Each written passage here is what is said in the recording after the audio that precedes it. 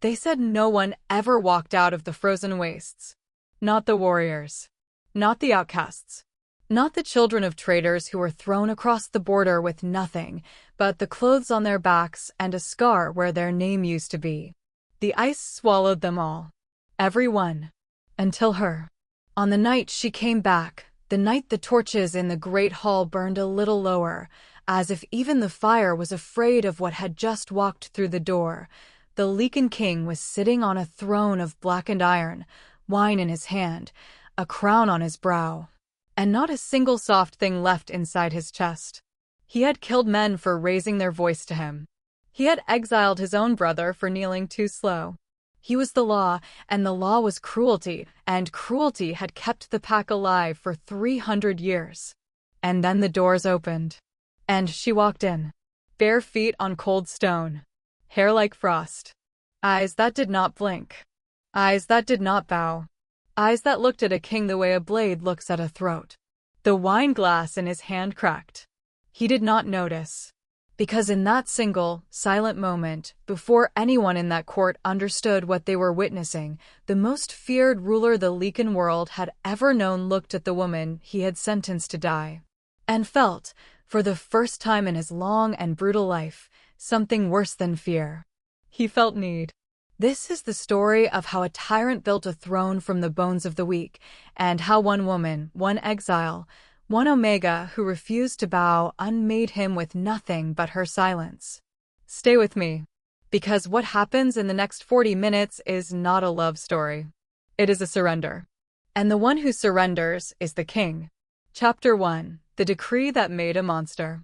To understand what she did to him, you first have to understand who he was before her. His name was Kaelen Draven, the sixth of his line, the last of the old blood. A Lycan king who had inherited a kingdom on the edge of starvation and turned it, in 10 brutal winters, into the most feared pack on the continent. He did it with a single law. They called it the Decree of the Iron Silence. Any wolf, male or female, highborn or low, beta, alpha or omega who was deemed weak, defiant, or impure, would be stripped of their name, stripped of their bond, and cast out beyond the northern wall into the frozen wastes. No trial. No appeal. No second chance. The cold would do what the king would not. The cold would finish what the law began. And for 10 years, it worked. The pack grew stronger. The borders expanded. Rival kings sent their daughters in marriage offerings he never opened. Ambassadors came to his court and left without their dignity. He was 29 years old and already a legend, and the legend said the same thing every time it was whispered. The Lycan King does not bend. The Lycan King does not feel. The Lycan King does not forgive. And into this court, this hall of iron pillars and torchlight and wolves who had learned to lower their eyes the moment he entered a room, walked a girl named Lyra Vane. She was 22. She was an Omega, the lowest rank, the softest wolf, the kind of creature the decree had been written to eliminate. Her father had died in one of the king's border wars. Her mother had been executed 3 winters before for sheltering a runaway. She had no coin, no house, no packmate, and no protector. And on the night she was dragged into the great hall in chains, the Lycan King looked at her the way a man looks at a piece of wood before he burns it. "You harbored a deserter," he said, and his voice was quiet, and his voice was the end of the world. "Speak, while you still can." The court held its breath. A sensible girl would have wept. A clever girl would have begged. A desperate girl would have offered her body, her bloodline, her bond, anything to keep the ice out of her lungs. Lyra Vane did none of those things. She lifted her chin. She looked the king, the killer, the crown, the god of her entire small world, directly in the eye. And she said 5 words. "I do not kneel, your grace." The silence that followed was not the silence of fear. It was the silence of 100 wolves realizing, all at once, that they had just witnessed something they were never supposed to witness. Someone had said no. And the king who had executed his own cousin for hesitating at a war council, the king did not roar, did not rise. did not draw his blade. He only tilted his head, like a hunter who has just seen a deer walk calmly into the clearing and stare him down. Then walk, he said softly. Walk until the ice takes you. And when it does, remember, you chose this. They dragged her out before sunrise. They stripped her cloak at the gate. They gave her no food, no flint, no blade. They opened the northern wall, and they pushed her through, and the gate closed behind her with the sound of a tomb sealing shut. The wind that night was 70 degrees below freezing. No one had ever survived the first night. Not in 10 years. Not once. The king went back to his throne. The king drank his wine. The king forgot her name before the sun rose. He thought he was done with her. He did not know, no one knew, that the story was just beginning. Chapter 2: The Frozen Wastes and the Birth of a Legend. The first night nearly killed her. She would tell him that much later. Much, much later, on a night when his hand was shaking and her mouth was a breath from his, she would tell him, quietly, that on the first night she lay down in the snow and waited to die. And something in the ice did not let her. She woke up the next morning still breathing. Her fingers had turned blue. Her lashes were frozen shut. But her heart was still beating, and her lungs still burned, and somewhere inside her, deep, deep inside, in the place the decree had tried to hollow out, something small and vicious and entirely hers had refused to go. She stood up. She walked north, not south, toward any hope of return, but north, deeper into the thing that was supposed to finish her, because she understood, the way a wounded animal understands, that the only way out was through. She found a cave on the 3rd day. She killed a snow fox with a sharpened stone on the 5th. She ate it raw. She wept while she ate it. She did not stop eating. By the 2nd month, she had traps. A fire. A knife she had shaped from the femur of a wolf that had tried to take her cave and failed. By the 4th month, she had killed 2 more. By the 6th, the trappers from the outer villages, the ones who came to the edge of the wastes to lay their snares, began to whisper about a figure they sometimes saw, far out in the white, walking without cloak or companion. A woman, they said. A woman with frost in her hair and nothing in her eyes. They called her the Ghost of the North. The story traveled the way all good stories travel, slowly at first, then all at once. It reached the merchant roads. It reached the border inns. It reached the ears of a traveling bard who sang it at a wedding in a village the king had never bothered to name, and from there it reached a young guardsman, and from there it reached a captain, and from there it reached the throne. They brought the rumor to him on a night in deep winter. He was in his war room. He was reading a treaty. He did not look up. "Your Grace," the captain said, voice careful, "there is a woman in the wastes." "There are many women in the wastes," the king said. "They are all dead. This one is not, Your Grace." The king turned a page. She was cast out last spring. She was the Vane girl. The king's hand stopped moving. He did not lift his eyes from the page. He did not speak. But the captain, who had known him since they were boys, who had watched him kill, who had watched him refuse to flinch when a blade opened his own thigh to the bone, the captain saw his king's jaw tighten.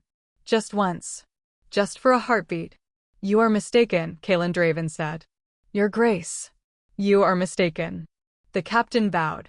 The captain left. That night, the king did not sleep. He stood at the window of his chamber and looked north, toward a wall he had built himself, toward a white horizon that had swallowed 10 years of his enemies and never given one back, and for the first time in the memory of his reign. He wondered. He wondered what she looked like now. He wondered if she still had that chin. That lifted, defiant, 5-word chin. "I do not kneel, Your Grace." He told himself it was anger. He told himself it was the insult, still unpunished, still open, the one wound in his perfect record. He told himself many things that night. None of them were the truth. The truth was that somewhere in the frozen north, a woman he had tried to kill was alive, and the king who did not feel, could not stop thinking about it. Chapter 3: The Ghost Walks Home. She came back on a spring night, 1 year to the day from the night they had pushed her through the gate. She did not come alone. Behind her, walking in a loose, ragged line through the thawing mud, were 11 others. Men, women, one boy of 14. All of them exiles. All of them people the decree had thrown into the ice to die. She had found them, one by one, out there in the white. She had fed them. She had taught them. She had given them names again when the cold had taken their names away. And now she was bringing them home. She walked up to the northern gate in a cloak made of wolf pelts. She had killed herself. She carried a staff of black pine. Her hair was longer now and paler, and the blue in her eyes had gone the color of ice at noon. The gate guards saw her coming from a mile away. They did not raise the horn. They did not draw their blades. They opened the gate. One of them, a young beta, barely out of his first molt, sank to one knee as she passed. He did not know why. He would try, later, to explain it to the captain. He would fail. She walked through the lower city without speaking. The market emptied as she passed. Mothers pulled their children back from the road.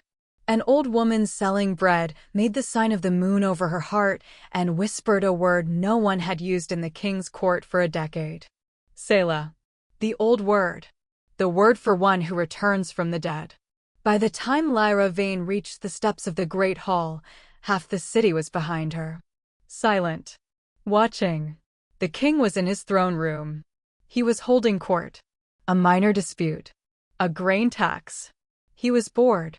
The doors opened. And she walked in. Slow. Let the moment breathe.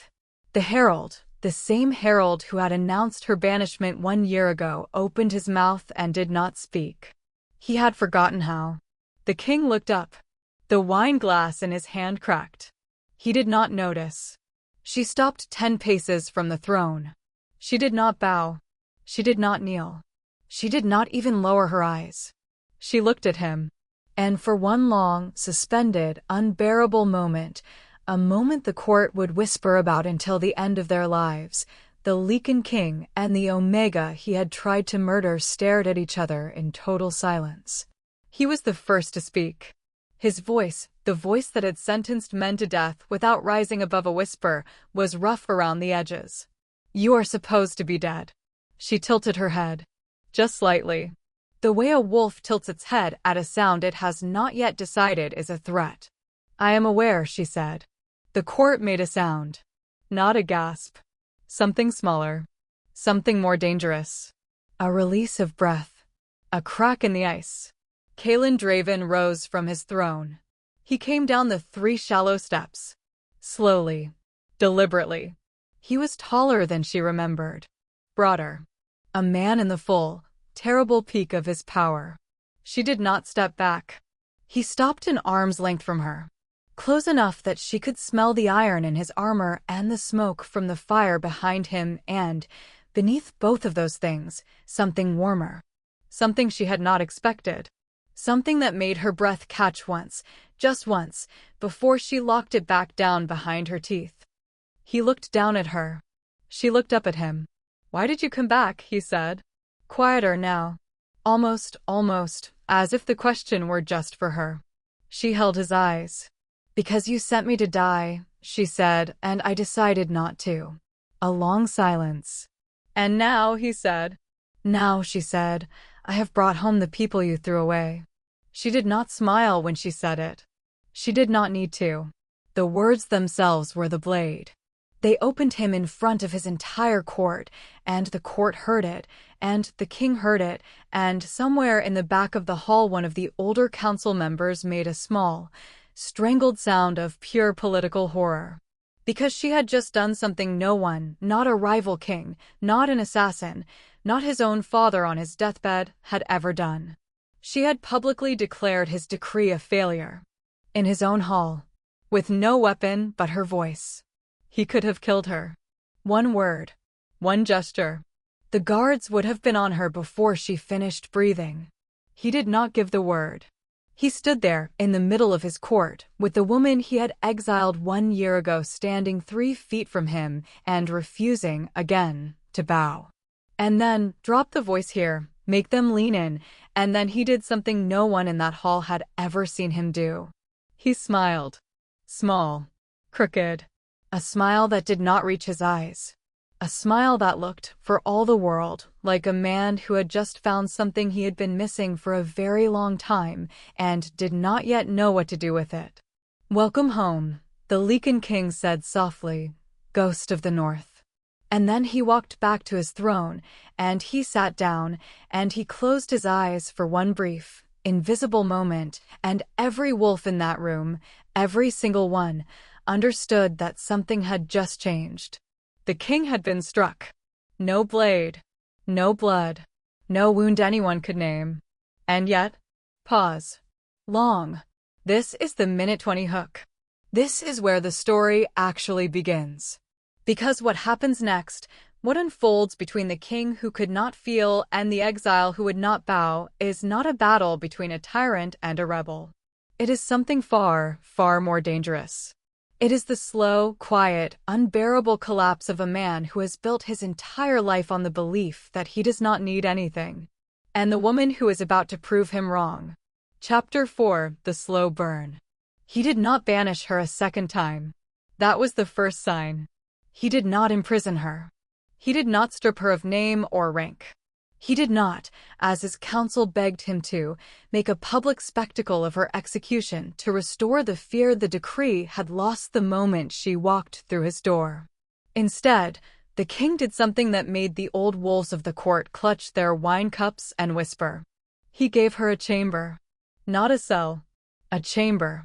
In the East Wing. 3 doors down from his own. "She is a guest," he told the Lord Steward, who had turned an interesting shade of gray. "A guest, your grace?" "Until I decide otherwise." The Lord Steward bowed. The Lord Steward fled. And so Lyra Vane, the exile, the ghost, the Omega who had been scraped out of the ice and carried home on her own 2 feet, found herself living inside the walls of the very castle that had sentenced her to die. She did not thank him. She did not speak to him at all, the first week. She took her meals in her chamber. She walked in the lower gardens at dawn, when the frost was still on the stones. She spoke to the servants, gently, by name, and they, to the horror of the steward, began to speak to her back. The king watched. Oh, he watched. He made the first move on the 8th night. He came to the gardens at dawn. He stood at the edge of the stone path, in the blue half-light, in a black coat and no crown, and he waited for her to come around the bend of the hedge. She saw him. She did not slow. She did not stop. She walked past him. 3 steps past him, without turning her head, she said. "If you have something to say to me, your grace, say it. I do not stop for shadows." He laughed. It was a short, startled, entirely involuntary sound, and it came out of the mouth of a man who had not laughed in public since he was 14 years old. She kept walking. He followed. He followed her through the garden, 2 paces behind, in total silence, for a full turn of the path. She did not look at him. She did not acknowledge him. But when she stopped, finally, at the edge of the east wall, where the sun was just breaking over the mountains and the whole valley was catching fire with morning light, she did not walk away when he came to stand beside her. "How did you survive?" he said. He asked it low. He asked it without the crown in his voice. She did not answer for a long time. "I got angry," she said at last. "And I stayed angry. And I decided the cold could not have me because I had not finished with you." He turned his head. He looked at her profile. "With me," he said. "With the memory of you," she said. "With your voice in my head. Walk until the ice takes you." I walked. The ice did not take me. And every step, your grace, I carried you. She turned her face to his. Their eyes met. And the Lycan King, the man who had killed 42 wolves with his own hands, the man who had held a dying enemy's gaze without flinching, the man whose stare could empty a room, the Lycan King looked away first. "I see," he said quietly. "Do you?" she said. And she walked away, and she left him there, and he stood at the wall with the sun on his face and his hands clenched at his sides and a feeling in his chest. He had not had a word for in 20 years.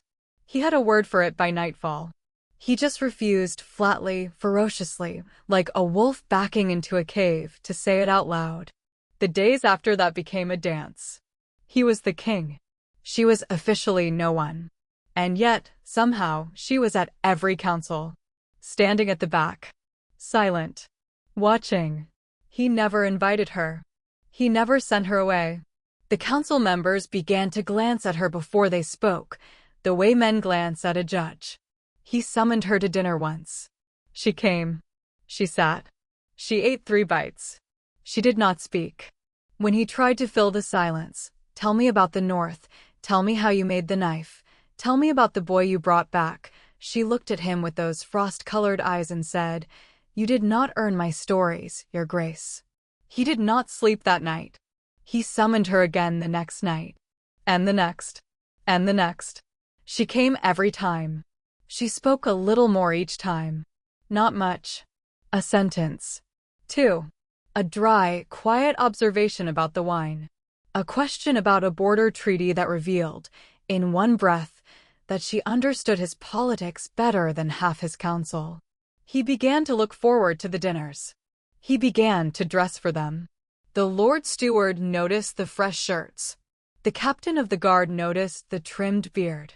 The cook noticed the sudden, unexplained demand for a softer bread, a sweeter wine, the small pear tart the king had never ordered in 10 years of rule, but which, one night, he asked for specifically because she ate 2 of them at the harvest table last week, and I do not believe she realized I saw.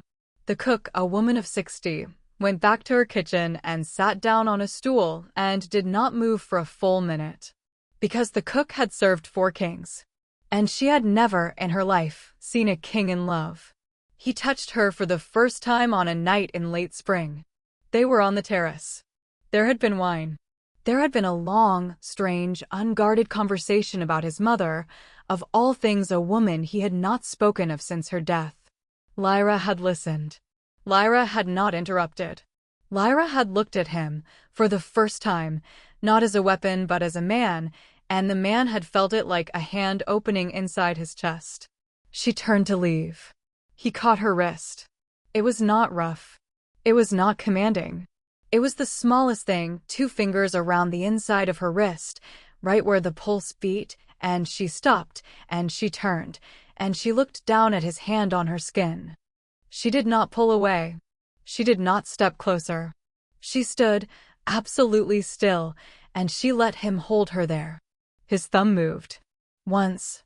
A slow stroke across the inside of her wrist, right over the vein, right over the place where her blood was moving just a little faster than it had been a moment ago. Her breath caught. He heard it. He looked up. Their eyes met. And in that one suspended moment, in the torchlight on the terrace, with a kingdom asleep around them, the Lycan King and the exiled Omega both understood, at exactly the same time, what was happening. He let her go. He let her go because, for the first time in his life, he was afraid of what he would do if he did not. She stepped back. Her wrist, where his thumb had been, was warm. "Good night, Your Grace," she said. Her voice was not steady. She walked inside. He stood on the terrace for a long, long time. And somewhere, in the cold iron center of a man who had built a kingdom on the belief that he needed nothing, something cracked. Quietly. Completely. He did not sleep that night either. He did not sleep much after that. Chapter 5. The court sees the crack.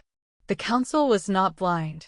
They were many things: cruel, ambitious, old, but they were not blind, and by midsummer they had seen enough. They had seen the king cancel a border raid because the weather does not favor it, when the weather had favored it perfectly, and the true reason was that she had mentioned, in passing, that she did not like the thought of more blood. They had seen him commute 3 exile sentences in a single month. They had seen him, with their own eyes, rise from the throne mid-audience when she entered the back of the hall, rise, as a king does not rise, for anyone, and cover the gesture by pretending to stretch. They had seen his hand, more than once, brush against hers as they passed in a corridor, and they had seen him not pull it back. They had seen, most damning of all, the look on his face when she was not in the room. It was the look of a man waiting. And a king who waits for anything for anyone is a king who can be moved. And a king who can be moved is a king who can be controlled.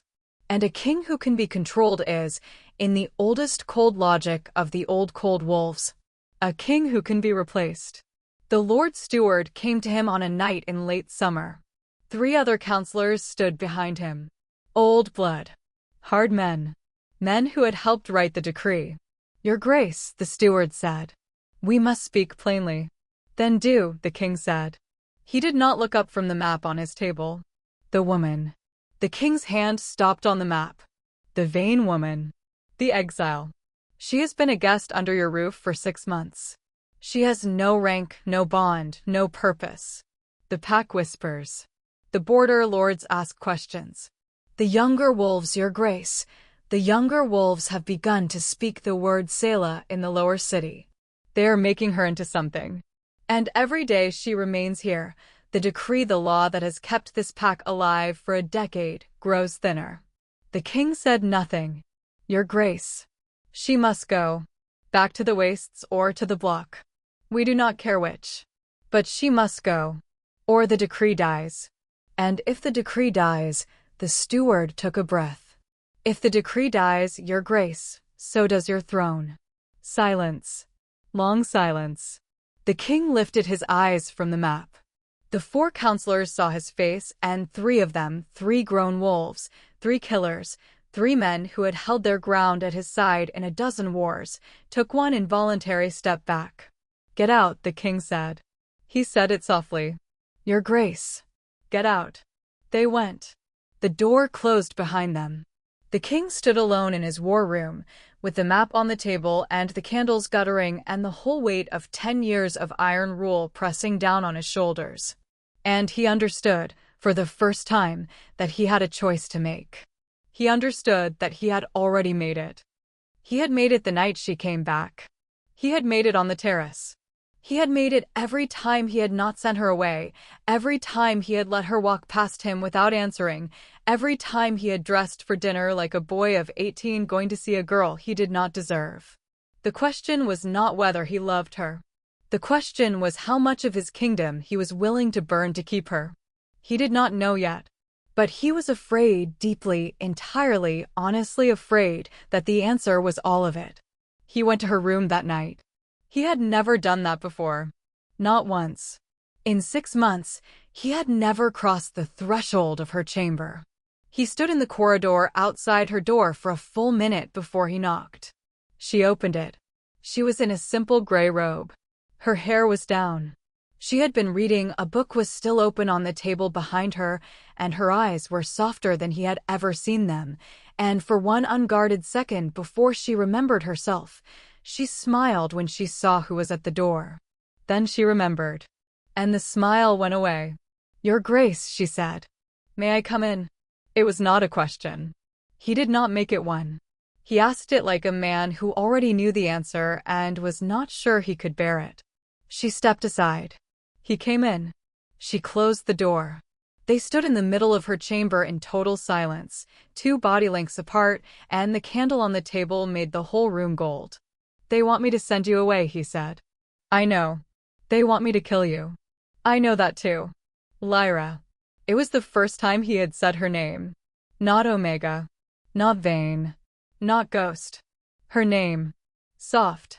Unguarded. Spoken like a word he had been holding in his mouth for months. She closed her eyes. Just for a breath. Just for a heartbeat. As if the sound of it was something she had to survive. When she opened them, they were wet. He crossed the room. He did not rush. He did not grab. He stopped an arm's length from her, the way he had stopped the night she had walked back into his court, and he looked down at her with the whole of his unguarded face. If I send you away, he said, I keep my crown. I know.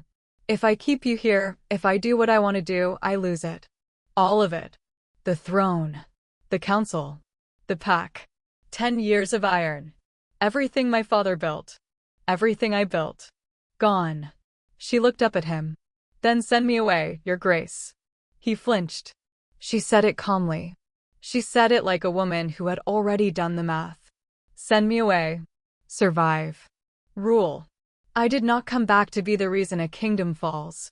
I came back to prove I was not easy to kill. I have proven it. Let me go. No.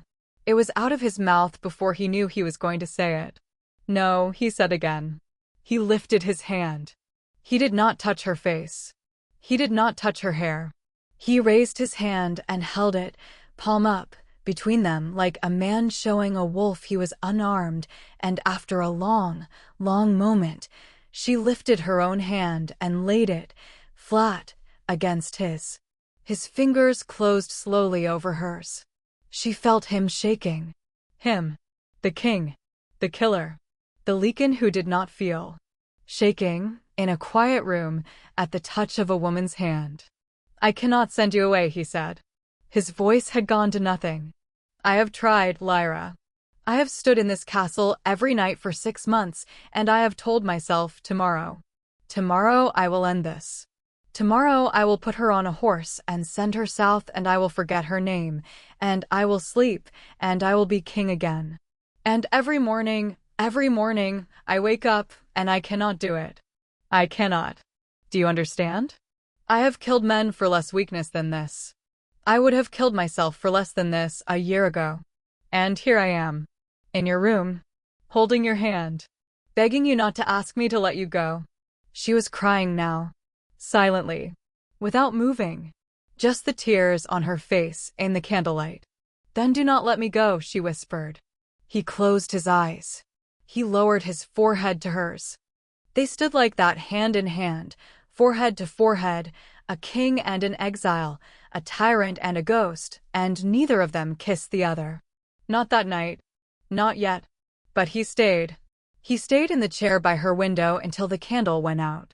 And when she fell asleep, sometime before dawn, she woke up once and saw him still there, the Lycan King, wide awake, watching over her like something he had sworn, in the silence of his own unspoken heart, he would never again fail to protect.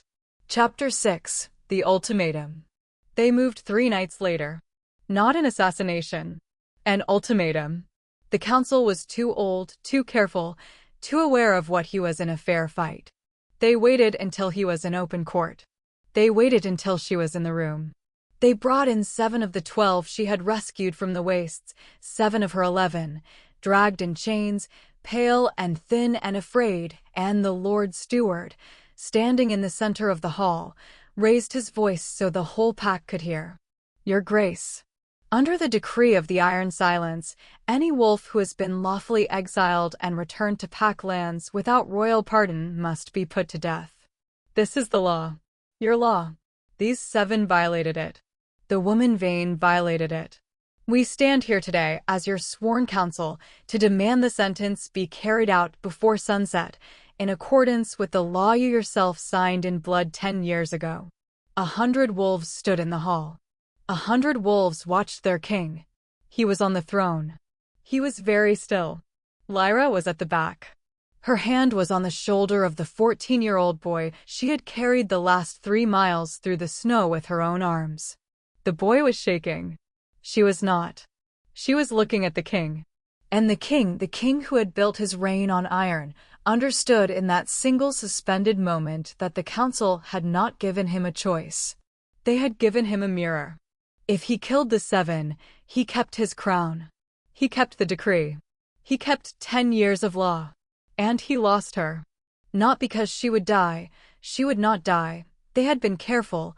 Her name was not on the list, but because she would never, never look at him again with anything but contempt. He would see it in her face for the rest of his life. He would see it when he woke. He would see it when he slept. He would see it every time he sat on this throne, and the throne would turn to ash under him, and he would have kept his crown and lost the only thing that had ever made him feel like a man. If he spared the 7, he broke the decree. If he broke the decree, he lost the throne. He sat on the black iron chair his grandfather had forged. He looked at the council. He looked at the 7. He looked, last, at her. She was not asking him for anything. That was the unbearable part. She was standing in the back of his hall with her hand on a boy's shoulder and her frost-colored eyes on his face, and she was not asking. She was just there, letting him choose. She had always been letting him choose. From the night she had said, "I do not kneel," she had been letting him choose what kind of man he was going to be. He stood up. The hall went silent. He walked down the 3 shallow steps. He walked past the council. He walked past the 7 in chains. He walked all the way down the center of the great hall, under the torches and the iron pillars and the banners his father had hung, and he did not stop until he was standing in front of her. And then, in front of his council, in front of his pack, in front of every wolf who had ever called him your grace. The Lycan King knelt. He lowered himself onto one knee in the middle of his own throne room, in front of the Omega he had exiled, and he bowed his head. The sound the court made was not a gasp. It was not a shout. It was a groan, the sound of an entire political order breaking in half at once. "I cannot do it," he said. He did not say it to her. He said it to the floor. "I cannot kill them. I will not kill them. The decree is broken. The law is broken. If the council wants my crown," he lifted his head, and his face was wet, and every wolf in that hall saw it, "the council may take it. I will walk out of this hall tonight with her, and the 7, and the 4 who still live beyond these walls, and we will go north again if we must. I have ruled for 10 years with iron. I will rule no more." He turned his head. He looked at her. Only at her.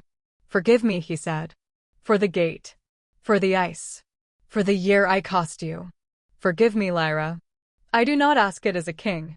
I ask it as a man who has finally understood what he threw away." She stepped forward. She reached down. She put her hand, very gently, under his jaw, and she lifted his face the way a woman lifts the face of something precious, and in front of his entire court she looked down at him with those frost-colored eyes that had survived a year in the dark, and she smiled. Small. Real. The first full smile he had ever seen on her. "Rise, your grace," she said softly. "I am not your grace anymore." "No," she said. "You are something better." She pulled him to his feet. And the thing that happened next, the thing the bards would sing about for 100 years, was not the kiss, though there was a kiss, and it was the kind of kiss that made the candles on the walls lean toward it. The thing that happened next was the council. The Lord Steward, the old wolf, the hard man, the one who had demanded their deaths, looked around the hall. He looked at the 7 in chains. He looked at the 100 wolves watching. He looked at his king, standing with the woman's hand still resting against his jaw, and he understood, with the terrible clarity of a man who has just watched the ground move under him, that the pack was not going to follow him tonight. The pack was watching its king. And the pack had just seen its king love someone. Openly. Without shame. Without apology. For the first time in the memory of any wolf in that room. And it turned out, to the Lord Steward's ancient, furious surprise, that the pack had been starving for it. He sheathed the blade he had been ready to draw. He bowed. "Long live the king," he said. Quietly. Through his teeth. But he said it. And 100 wolves, one by one, took up the words softly at first, and then louder, and then like a rising tide, until the hall rang with it. "Long live the king! Long live the king! Long live the king!" And the king, who had just given up his crown and somehow kept it, stood in the middle of his hall with the exile he had tried to murder, and he began quietly, without anyone noticing but her, to laugh. She laughed too. And the decree of the iron silence, the law that had defined a generation, was dead. Nobody had to say it. Everyone knew. Chapter 7: The New Era. They were married on the first snow. Not in the Great Hall. In the lower city.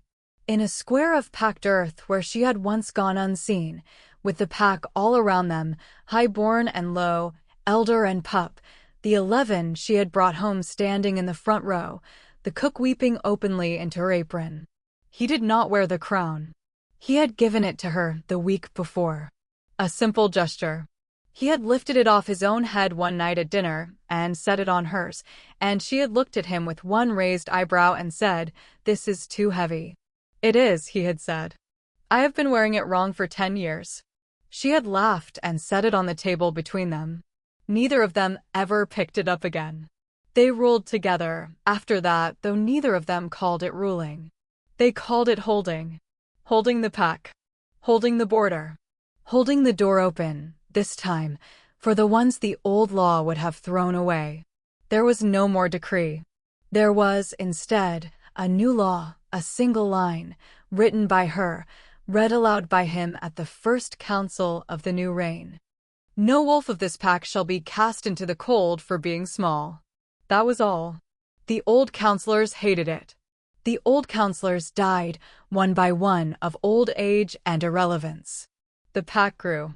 The border held. The enemies came, the way enemies always come, and they were met, and they were turned back, not by iron, but by a pack that had finally learned to fight for something other than fear. And on quiet nights, in the years that followed, on nights when the snow was on the windows and the fire was low and the two of them were alone in the chamber that had once, a long time ago, been hers alone, the Lycan King would sometimes reach across and take her wrist. 2 fingers. On the inside. Right over the vein. And she would close her eyes. And they would not speak. Because they did not need to. Because some silences, if you survive long enough to earn them, are the only language love ever needed. And if you have made it this far, if you are still here, in this quiet place with me, at the end of a long story about a cold king and the woman who taught him how to kneel, then I think you know something. I think you know why this story had to be told. Because somewhere, right now, someone you love has been told they are too soft, too small, too defiant. Too much. Someone you love has been pushed toward a frozen place and told not to come back. And maybe that someone is you. If it is, if any part of Lyra's walk in the cold felt a little too familiar tonight, I want you to do one small thing for me before you go. Leave a word in the comments. Just one. The name of the thing they tried to exile out of you. Pride. Hope. Softness. Love. Whatever it was. Leave it down there so that the next person who watches this story, the next Lyra, the next ghost of the North, the next quiet survivor who thinks no one understands, can scroll down and see that they are not alone. And if this story reached you, if it sat down next to you tonight and kept you company, tap the like button so the algorithm carries it to the next person who needs it. That is all it takes. One tap. One hand. Reaching out in the dark so someone else can find their way home the way Lyra did. And if you know someone, a sister, a daughter, an old friend, a version of yourself from 10 years ago, who needs to hear that the ice does not get the last word, share this with them. Not because I asked. Because she would have. The Lycan King lost his crown on the night he knelt. But he gained a queen. And a pack. And a life he could finally, for the first time, feel. So the next time the world tries to throw you into the cold, the next time someone tells you to walk until the ice takes you, remember what she said. I do not kneel. And walk back through the gate anyway. I will see you in the next story.